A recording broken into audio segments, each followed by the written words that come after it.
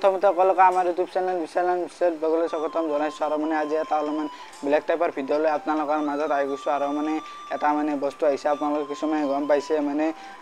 WhatsApp Facebook Instagram আৰু মেছেঞ্জাৰত মানে এটা বস্তু আহি গৈছে মেটা AI বুলি এটা বস্তু আহি গৈছে আপোনালোকৰ তাতে আহিছে নে কমেণ্ট কৰি জনাব মানে কিছুমানে তাতে অহা নাই আৰু মানে আহিছে বেছি ভাগত আৰু মানে কেনেকৈ মানে সেইটো বস্তু মানে আপোনালোকে ইউজ কৰিব আজি আপোনালোকক গোটেই দেখাই দি আছোঁ মানে একদম 1 মিনিটত আপোনাৰ 1 ছেকেণ্ডত আপোনালোকে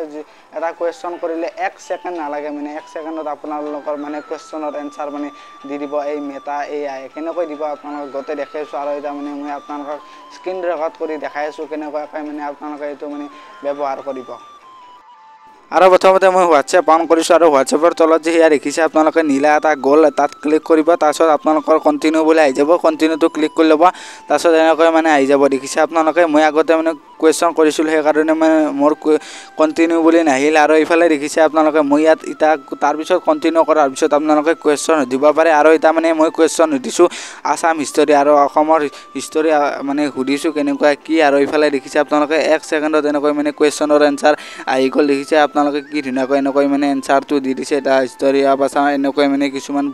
গোটেইখিনি এনেকৈ লিখি দিছে আৰু মানে বেলেগক কিছুমান কুৱেশ্যন কৰিছোঁ আপোনালোকে চাই থাকক এয়া দেখিছে একদম ফটো একদম দেখাই দিছে ইতিহাস একদম মানে জনাই দিছে কেনেকুৱা আৰু এইফালে মই এটা ক্লিক ইয়াৰ আপোনালোকে দেখিছে টাইপিং কৰিছোঁ what about Assam what about Assam এনেকৈ মানে দেখিছে আপোনালোকে অলপমান বাৰু এই নেটটো অলপমান প্ৰব্লেম হৈছে সেইকাৰণে বাৰু অলপমান চেণ্ডিং হওঁতে সময় লাগিছে আৰু এইফালে চেণ্ডিং হৈ গৈছে আৰু এইফালে দেখিছে আপোনালোকে 1 ছেকেণ্ডত এনেকৈ মানে এনসাৰ আহি গৈছে দেখিছে একদম এনেকৈ আপোনালোকে মানে কুৱেশ্যন কৰিব পাৰে আপোনালোকৰ একদম লাগতিয়াল ভাল মানে কিছুমান কুৱেশ্যন আপোনালোকে কৰিব পাৰে যি কুৱেশ্যন কৰে লগে লগে আপোনাৰ এনসাৰ দি দিব কিন্তু আৰু এইফালে দেখিছে আপোনালোকে আপোনাৰ ওপৰত যদি মানে ৰচনা